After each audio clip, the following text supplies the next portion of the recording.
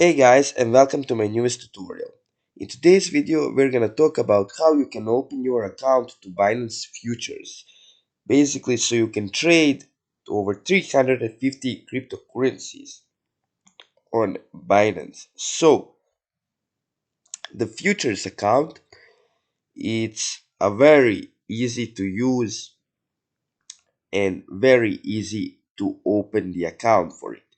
The first thing you're gonna do is you're gonna make sure you're logged into your Binance account. After you're logged in, you're just gonna left click on futures and you're gonna scroll down. You're gonna scroll to the very end, and what I find the most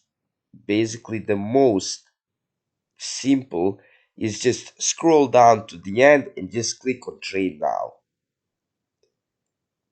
It's gonna take you to this page right here, and automatically, since you clicked it, you're automatically opening your account for Binance futures. And as you can see all the information here, and you can basically do everything. You can buy long, sell short, and you can see all the informations you need. So that's it for today's video.